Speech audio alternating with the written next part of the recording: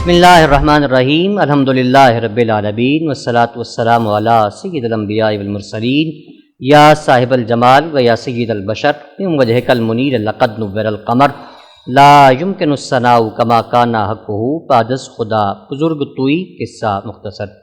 ناظرین کرام، پروگرام حب رمضان کے ساتھ میں ہوں آپ کا میزبان حافظ غضنفر علی، اور آپ تمام احباب کا حب محمد کے سوشل پلیٹ فارم پر خیر مقدم ہے۔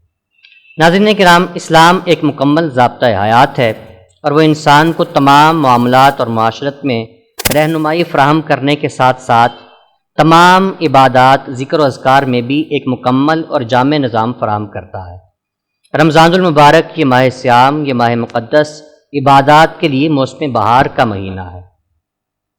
اس رمضان المبارک کے اندر عبادات کو جو خاصیت اور اہمیت حاصل ہے، وہ اسی طرح سے ہے کہ اللہ رب العالمین امت محمدیہ کو بہتر مواقع فراہم کر رہا ہے، مختلف بشارتیں دے رہا ہے کہ اے ایمان والو، اس مہینے میں روزے رکھو اور متقی بن جاؤ۔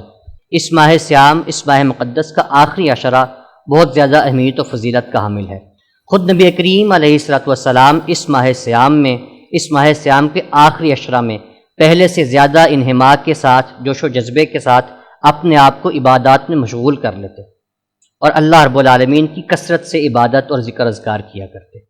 ناظرین کرام، اس ماہ صیام کے آخری عشرے میں جہاں دیگر عبادات کا تعلق ہے، وہاں پر ایک عبادت اعتکاف کی بھی ہے۔ اعتکاف کو انبیاء کرام اور اولیاء کرام کی سنت قرار دیا گیا۔ اعتکاف کو اللہ رب العالمین کی رضا اور خوشنودی حاصل کرنے کا بہترین ذریعہ قرار دیا گیا۔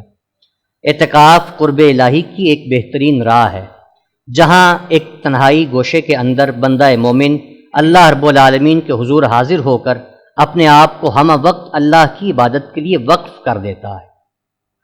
اور اعتکاف کا بنیادی مقصد بھی یہی ہے کہ انسان اپنے آپ کو اپنی تمام تر مصروفیات، مشغولیات اور کاروبار حیات کو ترک کرتے ہوئے چھوڑ کر اللہ رب العالمین کے حضور حاضر ہو جائے اور اپنی تمام عبادات، ذکر اذکار اللہ ہی کے لیے وقف کر دے، اور اپنے اہل و عیال، اپنے گھر والوں کو، رشتہ داروں کو چھوڑ کر اللہ کے حضور، اللہ کے گھر میں آ جائے اور بالکل تمام وقت کے لیے اللہ رب العالمین کی بندگی اور اس کے ذکر اذکار میں اپنے آپ کو وقف کر دے۔ اسی کا نام اعتکاف ہے۔ نبی کریم رؤوف الرحیم صلی اللہ علیہ وآلہ وسلم نے ارشاد فرمایا کہ وہ شخص جو رمضان المبارک کے آخری عشرے میں 10 دن کا اعتکاف کرے گا تو اللہ رب العالمین اس کو 2 حج اور 2 عمرہ کے برابر ثواب عطا فرمائے گا۔ ناظرین کرام، اعتکاف کیا ہے؟ اعتکاف کی حقیقت کیا ہے؟ فضیلت کیا ہے؟ اہمیت کیا ہے؟ اعتکاف کے مسائل کے متعلق گفتگو کے لیے ہمارے ساتھ موجود ہیں نہایت علمی، فکری، اصلاحی گفتگو کرنے والے، محقق، مدلل گفتگو فرمانے والے حضرت علامہ مفتی ایوب آزاد مجددی صاحب۔ السلام علیکم ورحمۃ اللہ وبرکاتہ۔ وعلیکم السلام ورحمۃ اللہ وبرکاتہ۔ اور ان کے ساتھ موجود ہیں ثنا خان رسول محترم محمد برہان رضا قادری۔ السلام علیکم ورحمۃ اللہ وبرکاتہ۔ وعلیکم السلام ورحمۃ اللہ وبرکاتہ۔ ناظرین کرام، گفتگو کا سلسلہ شروع کرتے ہیں۔ آغاز ہی سے جانتے ہیں مفتی صاحب سے، مفتی صاحب اعتکاف کیا ہے، اور قرآن مجید فرقان حمید میں اور پھر رسول اللہ صلی اللہ علیہ وآلہ وسلم کی احادیث مبارکہ میں اس کی کیا فضیلت و اہمیت؟ بسم اللہ الرحمن الرحیم وانتم عاکفون فی المساجد، صدق اللہ العظیم۔ پہلے یہ جاننا ضروری ہے کہ اعتکاف کس کو کہتے ہیں۔ شریعت کی اصطلاح میں ماہ مبارک رمضان المبارک کے آخری عشرے میں 10 دن مسجد کے اندر عبادت کی غرض سے ٹھہرنے کو اعتکاف کہا جاتا ہے۔ اللہ تبارک و تعالیٰ نے اعتکاف کو سابقہ امتوں میں بھی بطور عبادت رکھا، اور خود انبیاء کرام علیہم السلام خود اعتکاف فرماتے اور اپنی قوموں کو اعتکاف کی ترغیب دیتے۔ اللہ تبارک و تعالیٰ نے اسی طرح سے، جس طرح سے روزوں کو سابقہ امتوں میں رکھا اور پھر امت مصطفیٰ میں اس اجر کو، اس نیکی کو، اس عبادت کو برقرار رکھا، اسی طرح سے اعتکاف کو بھی اللہ تبارک و تعالیٰ نے اہل ایمان کے لیے، اس آخری امت کے لیے رکھا۔ ارشاد ربانی ہے وَأَنْتُمْ عَاكِفُونَ فِي الْمَسَاجِدِ، کہ تم اعتکاف کرو مساجد کے اندر۔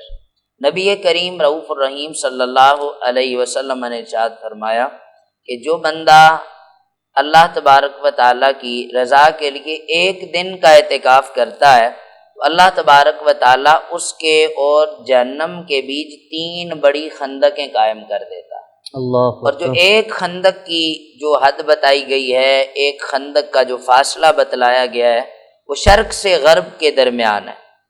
یہ بات بڑی سمجھنے سے تعلق رکھتی ہے کہ جو بندہ اللہ کی رضا کے لیے ایک دن اعتکاف کرے تو اللہ تبارک و تعالیٰ اس کو جہنم سے 3 خندقوں سے دور کر دیتا ہے، اور ایک خندق کا فاصلہ شرق سے غرب تک ہے، تو 3 خندقوں کا کتنا ہوگا؟ تو پھر جو بندہ اللہ کی رضا کے لیے 10 دن اعتکاف کرے گا تو اللہ تبارک و تعالیٰ اسے کتنا اجر عطا فرمائے گا۔ ایک اور حدیث پاک کے اندر آتا ہے، نبی علیہ الصلوۃ والسلام نے ارشاد فرمایا کہ جس شخص نے ماہ مبارک رمضان المبارک کے آخری عشرے میں 10 دن اللہ کی رضا کے لیے اعتکاف کیا، دنیا سے تعلق توڑ کے اللہ سے تعلق جوڑے رکھا، تو اسے 2 کامل حج اور 2 کامل عمروں کا ثواب عطا فرمایا جائے گا۔ سبحان اللہ، سبحان اللہ۔ تو خود نبی کریم رؤوف الرحیم صلی اللہ علیہ وسلم باقی مہینوں کی بنسبت جس طرح رمضان المبارک میں عبادت کی کثرت فرماتے، اور پھر بالخصوص رمضان المبارک کے آخری عشرے میں نبی علیہ السلام عبادت میں مزید اضافہ فرما دیتے، مزید کثرت سے عبادت فرماتے۔ سبحان اللہ۔ اور نبی علیہ الصلوۃ والسلام نے اپنی مبارک سنت سے بھی اعتکاف کر کے بتلایا۔ آقا علیہ السلام کبھی تو پہلے عشرے میں اعتکاف فرماتے، کبھی دوسرے میں فرماتے، اور کبھی تیسرے عشرے میں اعتکاف فرماتے۔ نبی رحمت شفیع معظم سید عالم صلی اللہ علیہ وسلم نے ایک موقع پر ارشاد فرمایا کہ صحابہ میں نے پہلے عشرے میں بھی اعتکاف کیا، دوسرے عشرے میں بھی اعتکاف کیا، تو مجھے حکم ہوا، مجھے بتلایا گیا کہ جو لیلۃ القدر کی جو برکت والی خاص رات ہے وہ تیسرے عشرے میں ہے، تو بس میں نے تیسرے عشرے میں اعتکاف شروع کر دیا۔ تو نبی علیہ الصلوۃ والسلام نے بعض اوقات 20 دن بھی اعتکاف فرمایا، بعض اوقات 10 دن بھی، تو مجموعی طور پر یہ نبی علیہ الصلوۃ والسلام کی مبارک سنت ہے۔ اور خود نبی کریم رؤوف الرحیم صلی اللہ علیہ وسلم جس سال ظاہری دنیا سے تشریف لے جانا تھا تو آقا علیہ الصلوۃ والسلام کے علم میں تو یہ بات پہلے سے تھی، بالکل بے شک۔ تو نبی علیہ الصلوۃ والسلام نے اس سال 20 دن اعتکاف فرمایا۔ کتنی فضیلت ہے، کتنی عظمت ہے، بندہ مومن کے لیے اس سے بڑی اور کیا عظمت ہوگی کہ اعتکاف کرنا، اپنے آپ کو اللہ کی رضا میں، اللہ کی جستجو میں، اللہ کی محبت میں دنیا سے کاٹ کے اپنے آپ کو وقف کر دینا، رسول اللہ صلی اللہ علیہ وسلم کی سنت کو زندہ کرنے کے لیے ایسا عمل کرنا، اس سے بڑی اور کیا فضیلت اور کیا عظمت ہوگی۔ سبحان اللہ، ماشاء اللہ۔ ناظرین کرام، کہا جاتا ہے کہ اعتکاف کا جو حاصل وثوق ہے، اعتکاف کا جو بنیادی مقصد ہے وہ یہی ہے، تمام کام چھوڑ کر اللہ کی بندگی میں، اللہ کی ذکر اذکار میں مشغول ہو جانا، یہی اعتکاف ہے۔ تو مفتی صاحب، جس طرح سے آپ نے ذکر کیا حضور علیہ السلام نے آخری عشرے میں اعتکاف فرمایا، تو ایک تو یہ بتائیے گا کہ اعتکاف کتنے دن کا ہے؟ 1 دن کا، 3 دن کا، 10 دن کا؟ کس کی زیادہ اہمیت حاصل ہے؟ اور پھر دوسرا، جو آج کل ماحول ہے، مساجد میں پابندی ہے اعتکاف کی، پتہ نہیں بہتر صورت ہے یا نہیں ہوتی، تو گھروں میں اعتکاف کر سکتے ہیں؟ اور گھروں میں اعتکاف کرنا کیا مسجد کے اعتکاف کرنے جتنا اجر ہوگا یا نہیں ہوگا؟ جی غضنفر بھائی، آپ نے بہت اہم سوال اٹھایا۔ پہلی بات تو سمجھنے کی یہ ہے کہ اعتکاف اللہ تبارک و تعالیٰ نے مسجد کے اندر مشروع کیا، سبحان اللہ۔ اور خود نبی کریم رؤوف الرحیم صلی اللہ علیہ وسلم نے اعتکاف مسجد میں فرمایا۔ سبحان اللہ۔ مسجد کے علاوہ کسی بھی جگہ پر مسنون اعتکاف نہیں ہے، اللہ اکبر۔ چاہے کوئی گھر میں کرے تب بھی وہ بھی مسنون اعتکاف نہیں ہے یہ، چاہے کوئی پنڈال سجا کر اعتکاف کرے وہ بھی مسنون اعتکاف نہیں ہے۔ یعنی مسنون اعتکاف کے لیے مسجد کا ہونا شرط جی، مسجد کا ہونا لازم ہے، چونکہ امر الہی ہے نا کہ تم مسجد میں ٹھہرے رہو، اس کا مطلب ہے کہ جو بھی اعتکاف کرے گا وہ مسجد میں ٹھہرے گا۔ اور خود نبی کریم رؤوف الرحیم صلی اللہ علیہ وسلم مسجد میں ہی ٹھہرتے تھے، سبحان اللہ، مسجد میں اعتکاف فرماتے تھے۔ سبحان اللہ۔ تو نبی کریم رؤوف الرحیم صلی اللہ علیہ وسلم نے مسجد میں اعتکاف فرمایا۔ اعتکاف 3 طرح کا ہے، ایک اعتکاف وہ ہے کہ جو مسنون ہے، وہ مسجد میں ہے، اور وہ 10 دن کا اعتکاف ہے۔ اور جو اگر کوئی شخص منت مان لیتا ہے کسی کام کے ہونے کی کہ اس کا کام ہو جائے گا تو وہ پھر اعتکاف کرے گا، تو جتنے دن کی نیت کرے گا وہ اتنے دن کا اعتکاف اس پر واجب ہوگا۔ تو یہ اعتکاف واجب ہے جو منت مانگ کر کرے گا؟ یہ منت والا اعتکاف واجب ہے، اور رمضان المبارک کے آخری عشرے میں اعتکاف یہ سنت ہے۔ اس کے علاوہ ایک نفل اعتکاف بھی ہے۔ کوئی بھی بندہ جس وقت مسجد میں داخل ہوتا ہے تو وہ اعتکاف کی نیت کر کے داخل ہو جائے تو جتنی دیر مسجد میں بیٹھا رہے گا تو اس کو اعتکاف کا ثواب ملتا رہے گا جب تک کہ وہ مسجد سے چلا جائے۔ تو اس اعتبار سے تین طرح کا اعتکاف ہوتا ہے، لیکن مسنون اعتکاف مسجد کے سوا باہر کسی بھی جگہ پر نہیں ہو سکتا، کیونکہ اگر اس کو اجازت دے دی جائے موجودہ حالات کے اندر کہ بھائی ٹھیک ہے جی آپ گھروں میں کر لو، تو اس طرح سے تو کل کوئی کہے گا کہ بھائی طواف بھی گھروں میں کر لو، تو اس طرح سے تو کوئی بندہ کہے گا ٹھیک ہے جی اسپیکر مسجد سے لگا کے جو ہے نا وہ جماعت بھی گھروں میں پڑھ لو۔ لیکن علامہ صاحب دیکھیں نا، مجبوری بھی تو ہے، اب مساجد میں تو کوئی ہے نہیں، اور گھروں میں فضول بیٹھنے سے یا فارغ رہنے سے بندہ بہتر ہے کہ گھر میں اعتکاف کی نیت کر کے، تو اس طرح کر نہیں سکتے؟ نہیں، اس طرح شرعی طور پر نہیں کر سکتے۔ شرعی طور پر اس کی ہر چیز کے لیے اللہ تبارک و تعالیٰ نے ایک مقام کو رکھا ہوا ہے۔ صحیح۔ اس طرح سے تو ہر چیز کو آپ دلیل بنا لیں گے چونکہ مجبوری ہے، تو بعض چیزیں ایسی ہوتی ہیں کہ مجبوری کے باوجود بھی اب مجبوراً وہ مؤخر ہو جاتی ہیں۔ اب کوئی بندہ اگر اعتکاف نہیں کر سکتا، اگر اس کو پابندی لگ گئی ہے وہ اعتکاف نہیں کر سکتا تو مؤخر کرے، اگلے سال کرے، لیکن وہ گھر کے اندر اعتکاف نہیں کر سکتا۔ تو یہ جو اب اعتکاف کی صورت ہے کہ مساجد میں تو مشکل نظر آ رہا ہے کہ اعتکاف ہوگا، اگر ہوا بھی تو کوئی 2-4 شخص جس طرح سے حکومت نے کہا ہے، حکومت وقت نے کہ بھئی فاصلہ رکھ کر آپ کریں، تو ہو سکتا ہے اس طرح سے اعتکاف ہو، تو جو لوگ رہ جائیں گے کیا ان پر کوئی گناہ لازم آئے گا یا ان کا اعتکاف باقیوں کی وجہ سے پورا اعتکاف ہو جائے؟ دیکھیں بات یہ ہے کہ مجبوری کے معاملات کی صورت بالکل الگ ہوتی ہے۔ اگر محلے میں سے، علاقے میں سے چند لوگوں نے اجازت جن کو مل گئی انہوں نے اعتکاف کر لیا تو باقی لوگ گناہ گار نہیں ہوں گے، وہ اگلے سال اعتکاف بیٹھ جائیں جب ان کو اجازت مل جائے۔ سبحان اللہ، بہت شکریہ مفتی صاحب۔ ناظرین کرام، ہم نے جان لیا کہ اعتکاف کرنا سنت ہے۔ نبی کریم رؤوف الرحیم صلی اللہ علیہ وآلہ وسلم نے اعتکاف کر کے آخری عشرے میں یہ واضح کر دیا کہ اعتکاف کرنا میری سنت ہے، یہ واجب نہیں ہے، یہ فرض نہیں ہے۔ اگر کوئی شخص مجبوری کے تحت اعتکاف مسجد میں نہیں کر سکتا تو وہ گنہگار نہیں ہوگا۔ علاقے کے اگر 2-3 شخص بھی اعتکاف کر لیتے ہیں تو ان کا اعتکاف اجتماعی طور پر باقی افراد کو گناہ سے خارج کر دے گا۔ گفتگو کا سلسلہ بھی جاری ہے۔ ہم بارگاہ مقصود کونین صلی اللہ علیہ وآلہ وسلم میں نذرانہ نعت پیش کرنے کی سعادت حاصل کر رہے ہیں۔ میں ملتمس ہوں نہایت محترم ثنا خان محمد برہان رضا قادری سے بارگاہ سرور کونین صلی اللہ علیہ وآلہ وسلم میں نذرانہ نعت پیش کرنے کی سعادت حاصل کریں۔ کوئی سلیقہ آرزو کا نہ بندگی میری بندگی ہے، یہ سب تمہارا کرم ہے آقا، یہ سب تمہارا کرم ہے آقا، کہ بات اب تک بنی ہوئی ہے، یہ سب تمہارا کرم ہے آقا۔ اور کسی کا احسان کیوں اٹھائے، کسی کو کیوں بتائیں،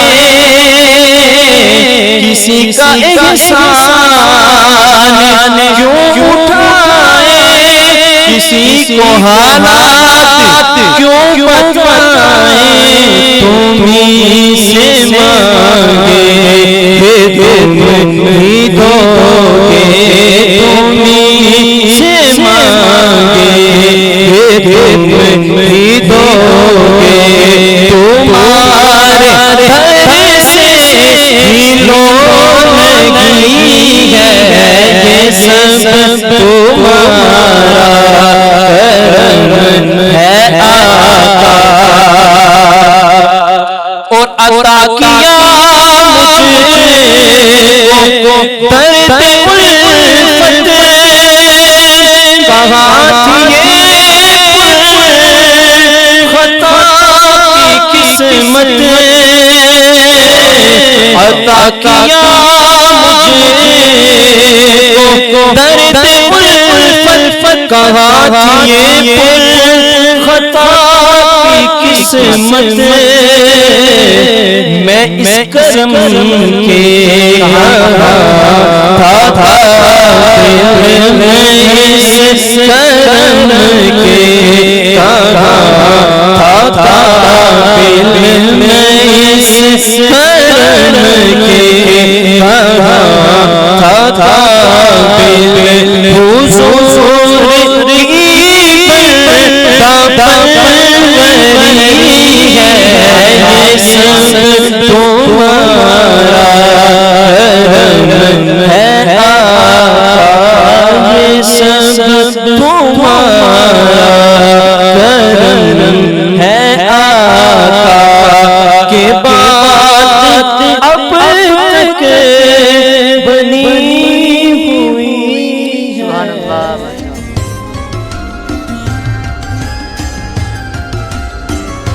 ناظرین کرام، گفتگو کا سلسلہ شروع کرتے ہیں۔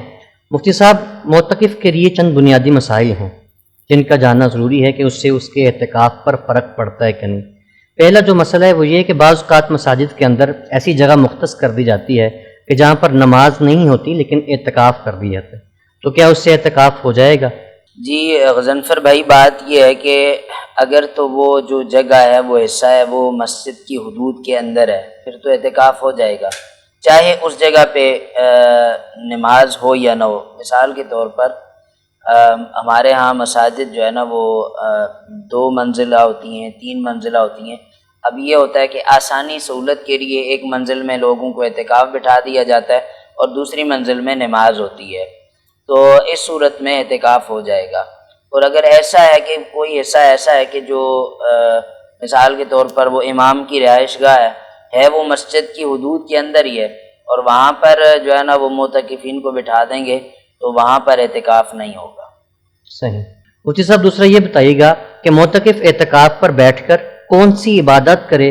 دوسرا پھر یہ بھی کہ جو اعتکاف تو کر لیتے ہیں، اس میں عبادت بھی کرتے ہیں، لیکن روزے کو چھوڑ دیتے ہیں۔ اکثر اوقات یہ دیکھا گیا کہ ضعیف العمری کے باعث یا بعض اوقات بیماری کے باعث بھی روزہ چھوڑ دیتے ہیں، تو یہ اس کے بارے میں اعتکاف پر کیسر بڑھے گا کہ نہیں پڑے گا؟ جی، پہلی بات تو یہ ہے غضنفر بھائی کہ جب کوئی شخص اعتکاف میں بیٹھ جاتا ہے، اس کا خلوص نیت سے اللہ کے حضور حاضر ہو جانا، یہی اس کی مقبولیت کی دلیل ہوتی ہے۔ اب یہ ہے کہ وہ عبادت کون کون سی کرے، وہ قرآن کریم کی تلاوت کرے، وہ نماز پنجگانہ جماعت کے ساتھ پڑھے، وہ قضائے عمری پڑھے۔ صحیح۔ اسی طرح سے اگر اس کے پاس کچھ وقت مزید بچ جائے تو وہ اس کے اندر نوافل پڑھے، اس کے اندر اللہ تبارک و تعالیٰ سے مناجات کرے، اپنے سابقہ گناہوں کی معافی مانگے۔ صحیح، سبحان تو اللہ۔ جو شخص اس طرح سے اپنی روٹین بنا لے گا، اپنا شیڈیول بنا لے گا، تو اس کے لیے عبادت کرنا بھی آسان ہو جائے گا اور چند گھنٹے وہ اس دوران آرام بھی کر سکتا ہے۔ اور جہاں تک تعلق ہے، آپ نے کہا کہ لوگ اعتکاف میں بیٹھتے ہیں اور روزہ نہیں رکھتے، تو پھر ان کا اعتکاف نہیں ہوتا، چونکہ جو مسنون اعتکاف ہے اس کے ساتھ روزے کا بڑا گہرا تعلق ہے۔